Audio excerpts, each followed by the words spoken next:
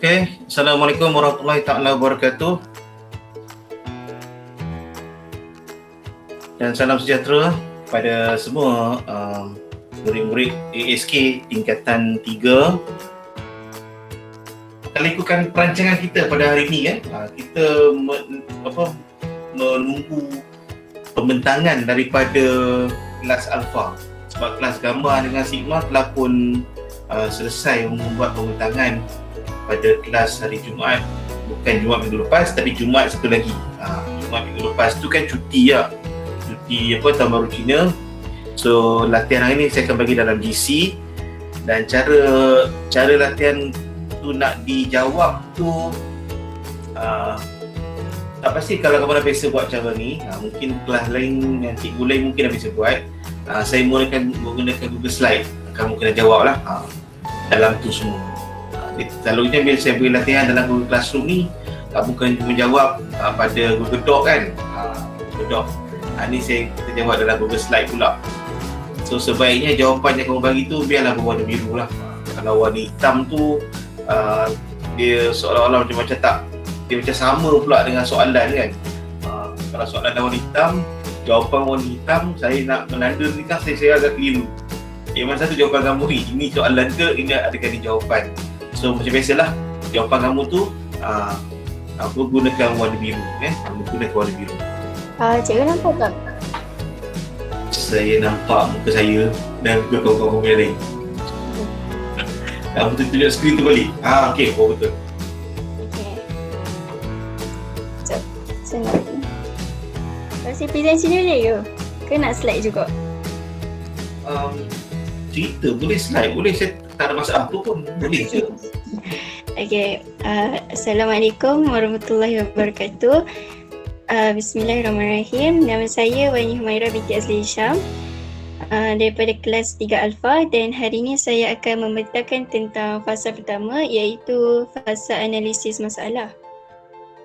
Okey, sebelum kita mula, fasa analisis masalah ni mempunyai satu langkah pertama yang kita gunakan dalam sesuatu masalah dalam pembangunan atas-cara.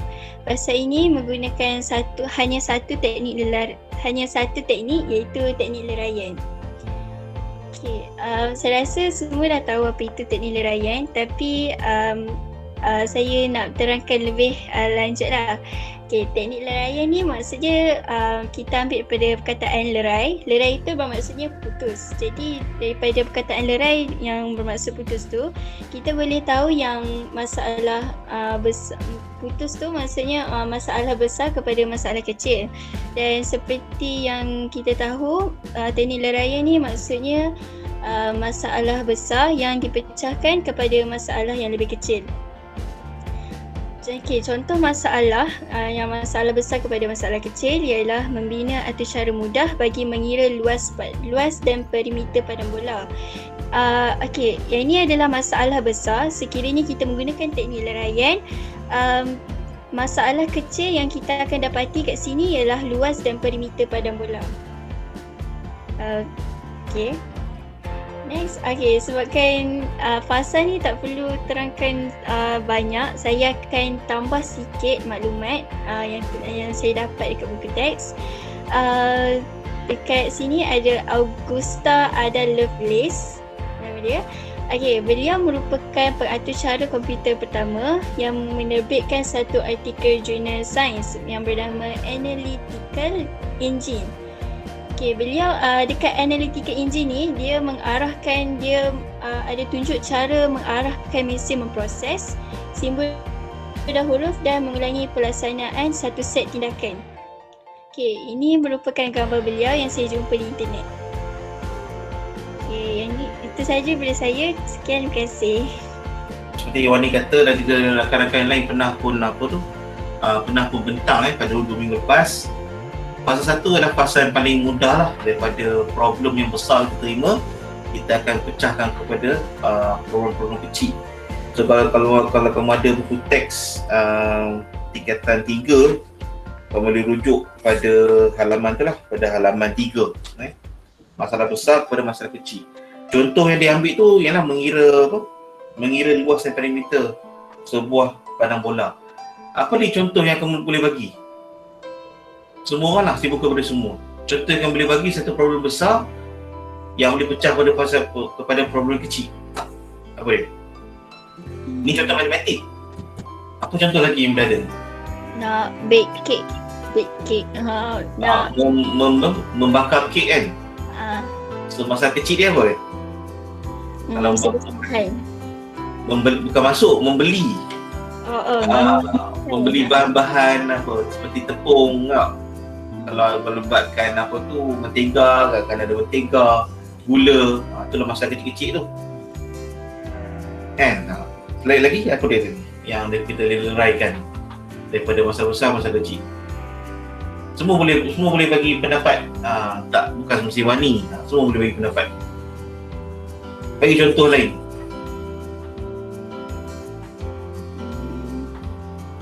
Mengemas bilik itu satu masalah besar.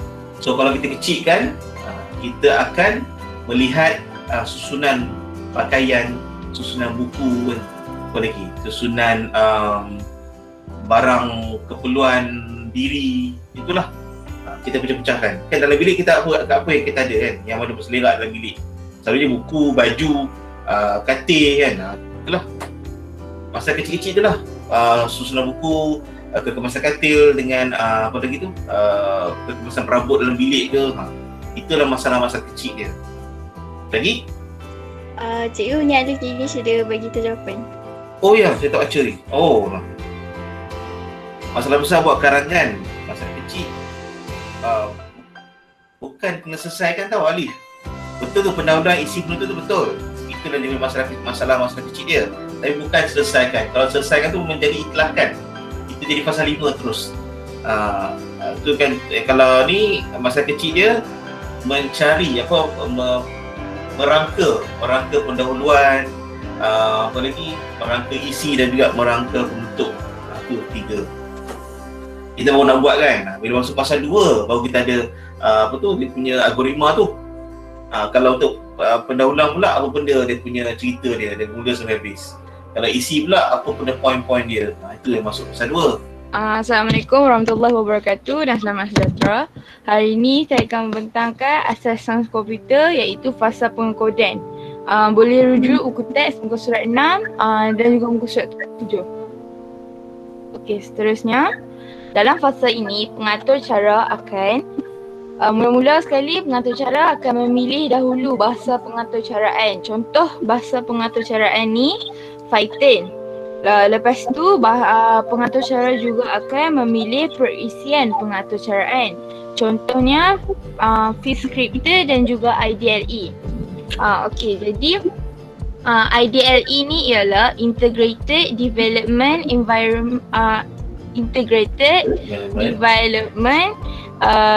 and Learning Environment. Lepas tu, pengatur cara juga akan mengakod atau cara berdasarkan pseudocode dan juga catat alih. Okey. Seterusnya, dalam fasa pengkodan ni, apakah hubungan teknik leraian, teknik pengecaman corak dan juga teknik penskalaan dengan fasa pengkodan? Lepas tu, apa contoh dia? Okey, semasa fasa pengekodan dijalankan, kita boleh menggunakan teknik leraian untuk mengenal pasti komponen masalah ketika menulis kod arahan. Jadi macam yang kita tahu, teknik leraian ni dia akan kecilkan masalah. Lepas tu, darjah 1.1 ni akan tunjuk macam mana teknik leraian digunakan untuk mengatasi masalah penulisan kod arahan. Jadi macam kita nampak kat sini kan, masalah besar dia adalah untuk tulis kod bagi input, proses dan output. Lepas tu dia leraikan masalah tu kepada 4. Ada 4 bahagian kecil. Mula-mula sekali pengisytiharaan, pemboleh, ubah dan pemalar. Kemudian bahagian kecil menulis kod input, menulis kod proses dan juga menulis kod output. Jadi ni darjah 1.1 tu lah. Okey, kemudian apa kena mengenal teknik pengecaman corak pula dengan fasa pengkodan ni? Teknik pengecaman corak memberikan penekanan kepada pembeli ubah bagi input, iaitu panjang dan lebar kerana dua-duanya menunjukkan corak yang sama. Nilai bagi pembeli ubah pula merupakan corak yang berbeza kerana pengguna boleh memasukkan sebarang nilai yang ingin diuji bagi mendapatkan luas dan perimeter sebuah padang bola. Okey, jadi untuk kita bagi faham lagi, maksud dia yang penting dekat sini sekarang ni, pemboleh ubah dia kena betul. Pemboleh ubah dia panjang dan lebar. Lepas tu formulir dia pun penting.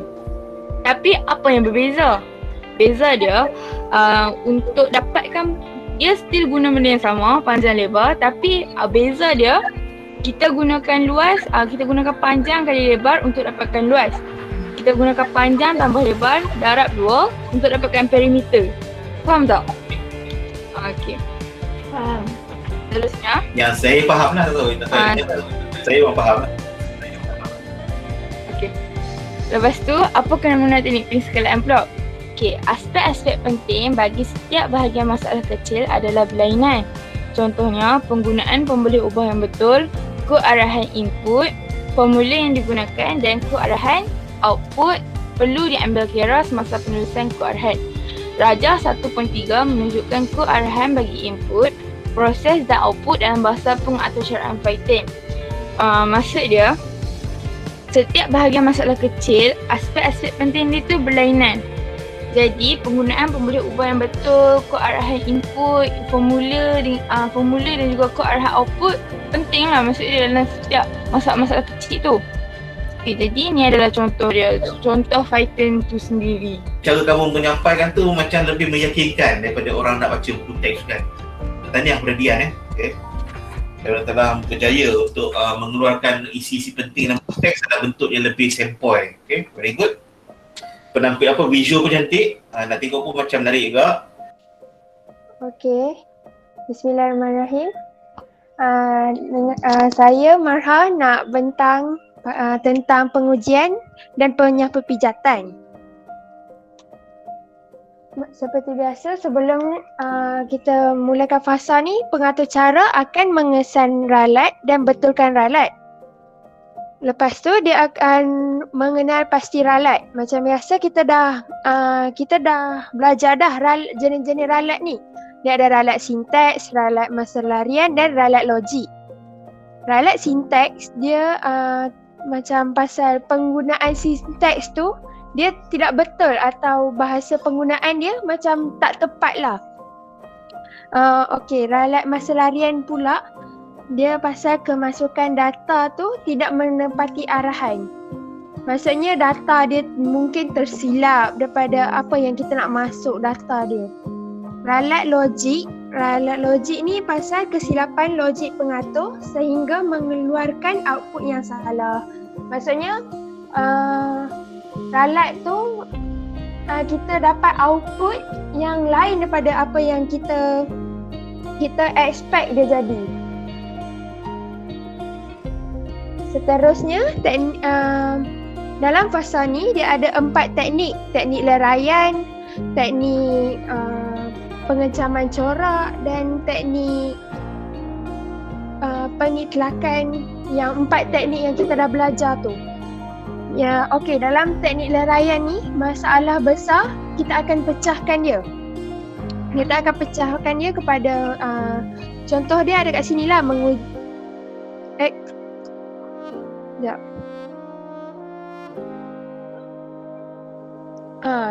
macam menguji pengistirahan pemboleh ubah dan pemalar. Kita boleh pecahkan kepada apa yang saya dah tunjuk kat sini. Macam menguji kod input, menguji kod proses, kod output, kita mengesan ralat dan membaiki ralat. Seterusnya, teknik pengecaman ralat. Okey, punca ralat sintaks ni dia ada dinyatakan di sini, dia ada mengeja kata kunci. Kata kunci tu kita salah eja ataupun kita tinggal tanda-tanda seperti tanda kurung. Yang tu pun boleh menyebabkan ralat sintaks. Sintaks bahasa pengaturcaraan, semua inilah. Lepas tu punca ralat masa larian pula, kita kita tidak memberikan jenis data kepada pemboleh ubah. Lepas tu melakukan pembahagian sifar. Sifar kan tak boleh bahagi. So dia mungkin menjadi punca kepada ralat masa larian. Okey, punca ralat logik ni ungkapan boolean, operator, membuat pengiraan, benda yang logik lah. Benda yang kita bagi data salah, lepas tu tiba-tiba dia logik, dia boleh keluar output yang betul, output yang lain pada kita expect. Seterusnya, teknik peniskalaan. Teknik peniskalaan ni digunakan semasa perpijatan dengan memberikan penekanan kepada aspek penting untuk menyapu pijat ralat. So kita boleh mengetahui sintaks bahasa pengaturcaraan. Kita boleh tahu cara untuk mengesan ralat. Kita boleh tahu kedudukan ralat dan logik sesuatu aturcara. Penyapapijatan ialah proses mencari dan membaiki ralat yang berlaku. Pelaksanaan kod arahan dilakukan oleh penterjemahan Python sebaris demi sebaris bermula daripada kod input. Seterusnya, teknik yang last kali, teknik pengikhlakan. Okey, pengujian dan penyapapijatan secara manual.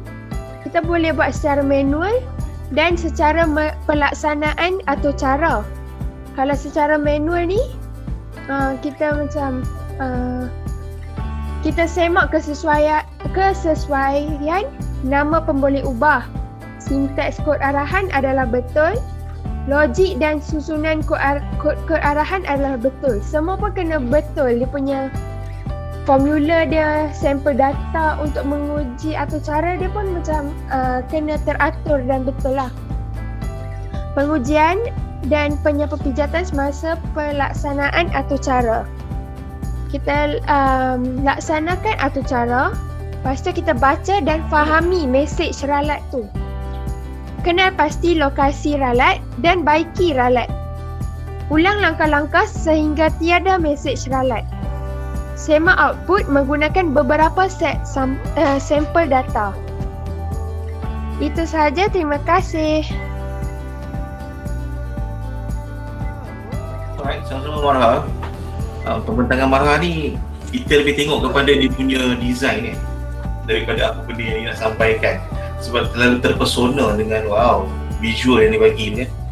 Tahniah. Satu pembentangan yang cukup baik juga. Mungkin kamu dapat idea bersama dengan Nur Hakimah kan, kamu berbincang sekali.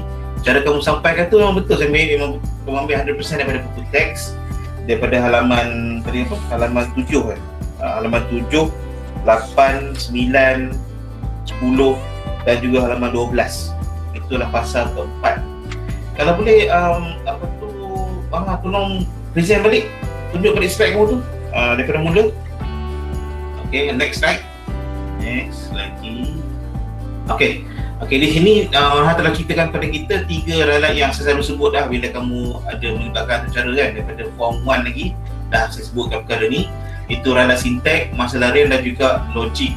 Yang dikatakan penggunaan sinteks yang betul kan, untuk ralat sinteks tu bermaksud bahasa. Dia tulis bawah tu kan bahasa ataupun dia punya nahu dia. Macam kita cakap bahasa Melayu kan, kita cakap bahasa Melayu. Kalau kita cakap, aku cakap PM, tak betul. PM tu walaupun kita faham bahasa Melayu, tapi ikut nahu dia ataupun bahasa Melayu memang tak betul, memang salah. Itu kita sebut, aku sebut bahasa Melayu, aku sebut PM, lain. Itu maksud dia, sinteks tu salah kat situ, ralat sinteks akan berlaku. Sama juga dengan Python. Python dia ada juga nahu-nahu dia tu. Kalau kamu silap dengan nahu dia tu, salah eja perkataan input, salah eja perkataan print, salah eja else kan, salah eja elif, semua tu akan menjadi masalah kepada Python dia, sebab dia tak faham apa benda kamu nak sampaikan kepada komputer tu dengan gunakan bahasa Python. Komputer kata cakap balik, kata guna Python dalam bahasa komputer dah, kata guna Python, tapi tak Python pun, itu maksud dia. So kita kena tahu nahu Python macam mana. And then itu dari sikit perkataan yang ada dalam Python ni masih lagi mana melibatkan dalam sinteks ya, perkataan. Dan dalam Python juga ada dia punya macam tadi disebutkan simbol-simbol seperti kurungan, peringkat kata, koma, nota bertindih, semua tu ada peranan-peranan dia. Jadi itu pun kita kena ikut. Di mana kita nak letak koma, di mana nak letak tutup kurungan, di mana nak letak pengingat kata. Semua tu juga ada dalam Nahu Python. Dalam print pun kan, kalau arahan print ada kurungan, ada koma. Dalam print juga ada pengingat kata. Masa bila nak pakai pengingat kata, masa nak gunakan string kan, kalau guna print. Kalau input pula, input pun ada kurungan. Dan juga input juga ada pengingat kata. Masa bila nak gunakan pengingat kata, semasa nak gunakan string. Nampak tak di situ? Okay. Semua tu kita kena tahu lah sinteks untuk Python. And then masa larian pula, masa larian kamu dah buat coding tu bermaksud program kamu bina lah kan, daripada input, lepas tu kamu ada pengiraan, lepas tu ada print kan, semua tu. Masa larian, bila nak lari, kamu selalu tekan F5 lah kan, F5 untuk run. Dia keluar, selalunya masa larian kita nak detect di mana keadaan ralat tu, selalunya bila kita ada input. Bila kita ada input di dalam program tu. Bila input, of course dia minta kita masukkan sesuatu kan. Macam masukkan tinggi anda. So, bila kata masukkan tinggi anda, input yang kita nak bagi tu, kan, input kita nak bagi tu yang dalam bentuk nombor, mesti nombor apa? Mesti nombor yang melibatkan nombor ada yang ada titik kan. Macam 1.3, 4 point something kan, kalau melibatkan tinggi. Kalau letak nombor bulat, dia tak begitu logik kan. Sebab tinggi orang bukannya 1 cm, 2 cm, 3 cm tak. Dia mesti 1.1 cm, 1.8 cm, 1.9 cm. So di situ kita kena betulkan data, dia punya data, jenis data kita nak letak pada input tu. Kalau letak integer, int je mungkin akan jadi ralat. Di situ ralat masa larian akan berlaku. Kenapa masa larian? Masa kita run tu baru nampak ralat tu. Kalau sinteks tak run lagi, nak tekan run je tak keluar pun input tu, dah terus error sebab ayat tak betul, Nahu tak betul. Masa larian, tekan run, okey jalan, dia keluar input, masukkan apa semua tu, okey masuk. Bila masuk input salah je, tekan enter je, patutnya integer hampir nombor float, dia akan jadi error. Itu dia masa larian. Okay, yang terakhir ralat logik tu, ini ralat yang sangat susah kita nak nampak sebab kita masuk input pun jalan, kalau keluar output pun nampak output keluar. Tapi tadi Marah pun ada bagi tahu output tu kalau kita galit, okey program siap. Tapi kalau kita teliti, output ni tak betul ni. Adakah 1+1 jadi 11? Itu dah kan. So ralat logik memang tak nampak langsung mesej ralat dia. Kalau dalam Python warna merah memang takkan keluar. Tapi kalau ralat sinteks, ralat masa larian, dia akan keluar merah. So kita akan lebih alert lah. Okay, next slide. Saya nak explain lebih sikit kepada kamu lah. Mana Marah ni? Marah, next slide please. Okay. Alright, di sini masalah besar yang dipecahkan kepada 6 perkara tu ada dalam halaman 6 buku teks. Ini semua tu kamu buat sebenarnya. Bila kamu tengok pada program yang ada problem ni masa ralat larian dengan ralat sinteks, kamu buat semua ni. Tapi kamu tak perasan kamu dah buat. Sebab mesti kamu akan check, betul ke boleh ubah ni, betul ke input aku letak ni, betul ke aku pengiraan ni, betul ke pada proses tu, betul ke apa benda nak keluar di output ni. Semua kamu check. Tapi ini adalah langkah-langkah dia yang kamu tak perasan kamu dah buat. Okay, next slide. Okay, punca tadi saya pernah cerita ni punca ni kan. Okay, next slide lagi. Next slide. Penekanan, penekanan. Okay, ni pun saya dah explain masa mula-mula tadi kan. Semua saya cerita sekali semua. Okay, next slide. Okay, ni pun last yang saya nak kunci. Okay, betul lah. Ini semua ada dalam buku teks ni, halaman 12. Dia terjemah balik dalam bentuk cara Marha, nampak lain Kalau buku teks dia macam ni kan, tak nampak macam tangga tu kan. Dah pakai background screen ni kan, dia hilang-hilang buku aku ni. Okay, terima kasih Marha. Letak, silakan. Okay. Pasal dokumentasi. Pengatur cara akan menyediakan dalaman dan dokumentasi luaran. Definisi dokumentasi dalaman dan luaran. Dalaman,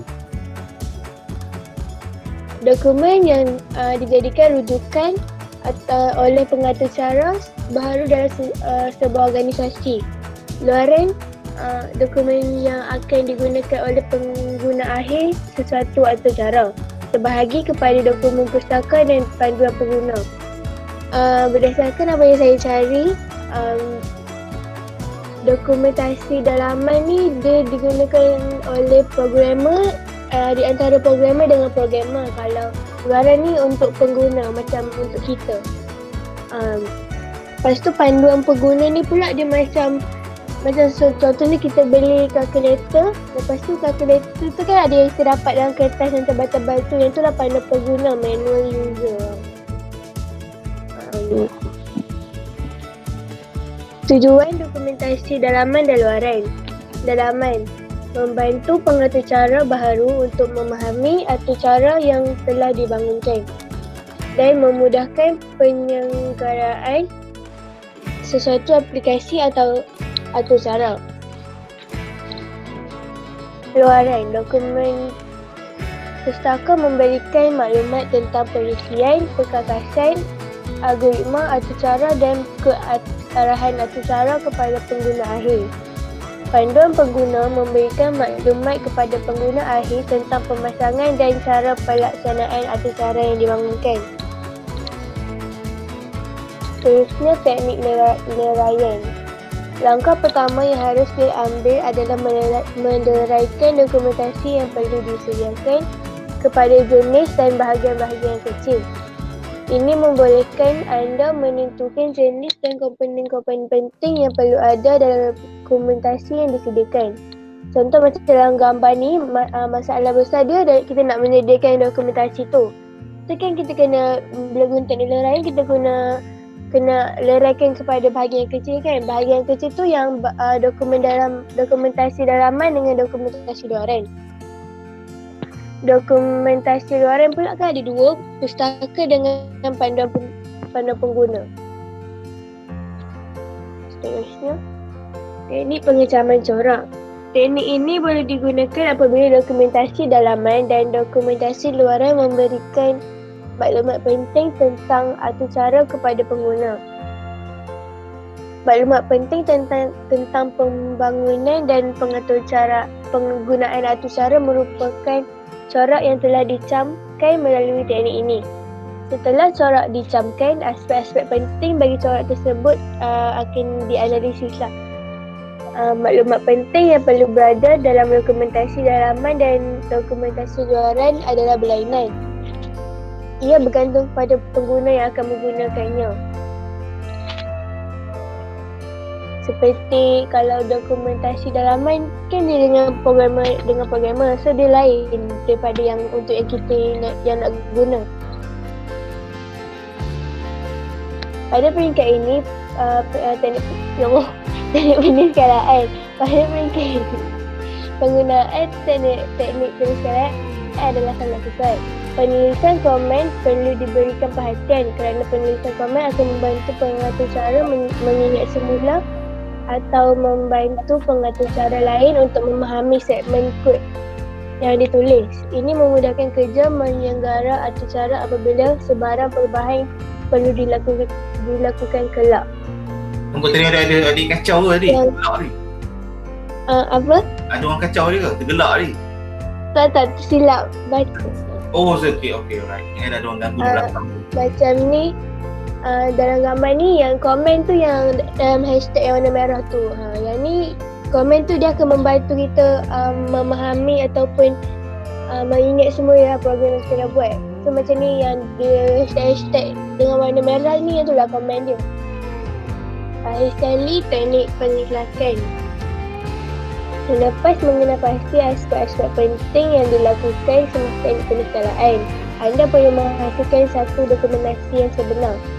Kedua dokumen yang dihasilkan dapat dijadikan panduan pada masa depan jika pengaturcara menghadapi masalah menyediakan dokumentasi. Iaitu dokumen yang kita nak buat tu dokumen pustaka dengan panduan pengguna tu lah. Sekejap saya tukar nak tunjuk yang contoh tu sebab saya tak nak letak dalam ni.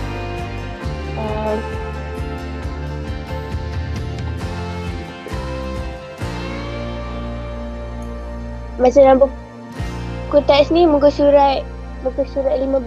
Yang muka surat 15 tu contoh untuk dokumen pustaka. keperluan sistem pengendalian, keperluan periksaan dengan keperluan penyihatan ni. Yang ni contoh dokumen petaka yang muka surat 16 pula contoh untuk panduan pengguna. Ini contoh dia. Sekian, terima kasih. Okey, sama-sama Erin. Boleh kembalikan slide kamu tu? Yang ada apa tu? Penulisan komen pada atur cara. Yang ada hashtag merah-merah tu. Okey.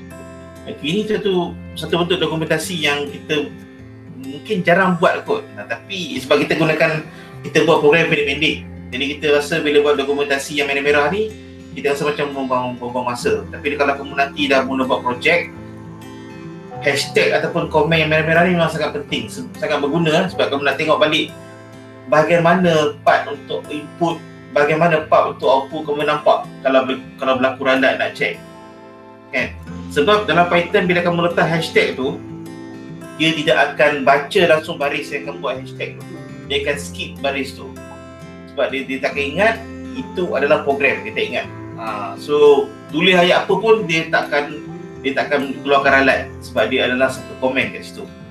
Komen tu kena boleh guna bahasa yang kamu faham lah. Kalau kamu minat dengan bahasa Cina mungkin susah lah kot. Kalau dengan bahasa Inggeris boleh tulis Inggeris kat situ kan. Kalau bahasa kampung tulis bahasa kampung, nanti bahasa WeChat ke kan, boleh hubung situ. Sebab dia takkan baca, Python tak akan baca langsung bila kamu letak hashtag. Tujuannya untuk kita sendiri faham. Untuk kita sendiri faham. So apakah jenis dokumen kat sini? Dokumentasi luaran ke dalaman ni? Kalau kita buat hashtag tu dalam luaran. Okey. Itu dokumentasi luaran. Okey. So itulah kita nak kena pastilah sebab ini adalah fasa yang tak akhir. Dah selesai kamu buat setiap fasa semua tu kan, sampai dapat penghujatan tu. Ini dah dia dokumen. So mungkin harapnya dengan batch Erudite akan dapat menjalankan projek ni. So markah projek ni akan masuk ke dalam P3 pun sebanyak 30 markah. 30 markah tu itu pihak lembaga periksaan yang akan bagi, bukan saya. Saya akan bagi markah 138.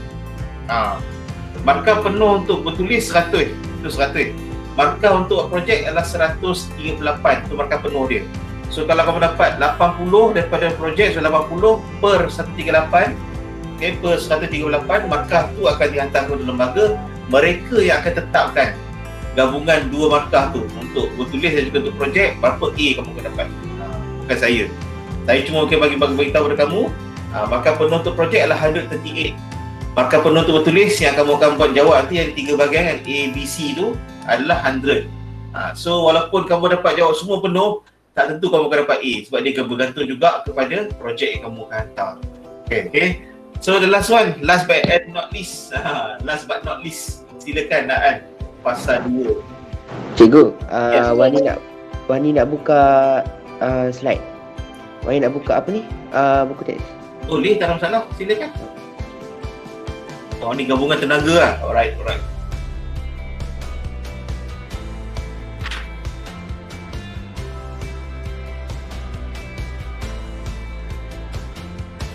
Okay, Assalamualaikum warahmatullahi wabarakatuh.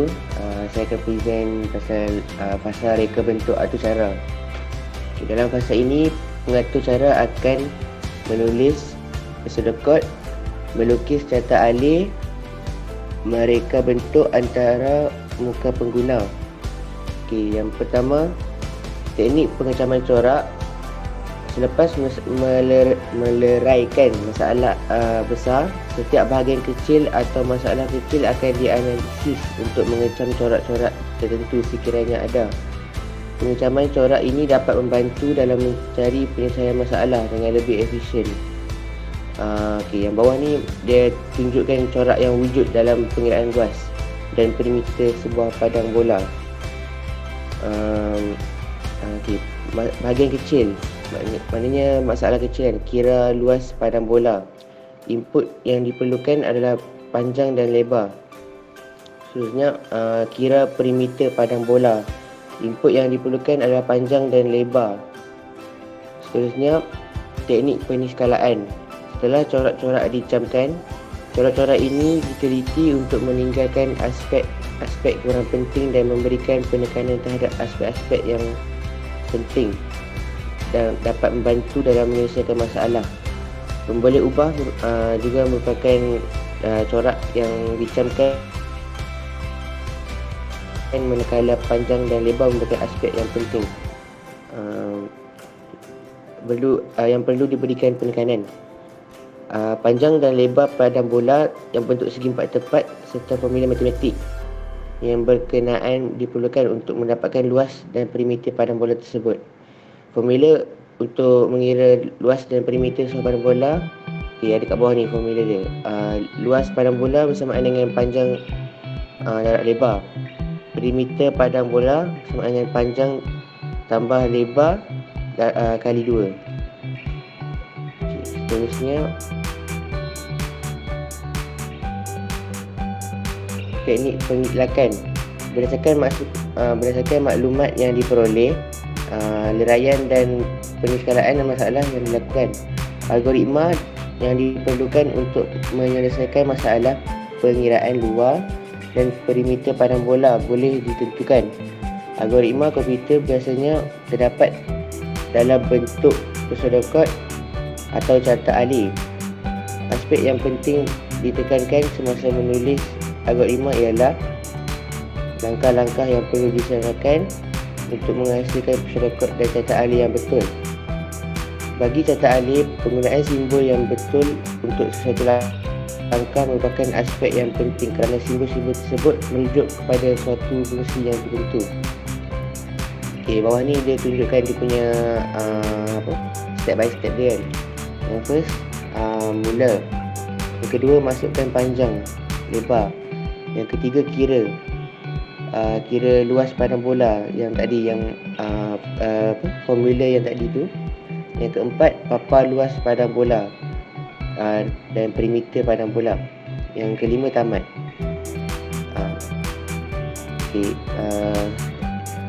Yang bawah ni contoh dia punya dia akan keluar nanti. Dari saya, sekian, terima kasih. Terima kasih kepada An. Pembentakan okey, nice. So harap dapat ni kena bersedia nampak kurang bersedia sikit. Okay. So di dalam fasa reka betul ni memang tidak ada lagi teknik leraian, memang tak pakai dah. Kamu tengok teknik leraian fasa 1 dah ada pakai, fasa 3 pakai juga, fasa 4 pakai juga, fasa 5 pakai juga kan teknik leraian tu. Tapi fasa 2 memang dah tak ada. Tapi dia masukkan sikit elemen leraian tu untuk ada dalam pengecaman corak.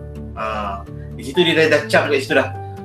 Dia bahagikan apa benda nak dibuatkan kepada input dan juga proses dan juga output di dalam cara tu.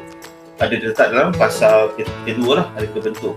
Dan di sini jugalah kamu akan bangunkan sama ada sudut kod ataupun carta alih. Okay?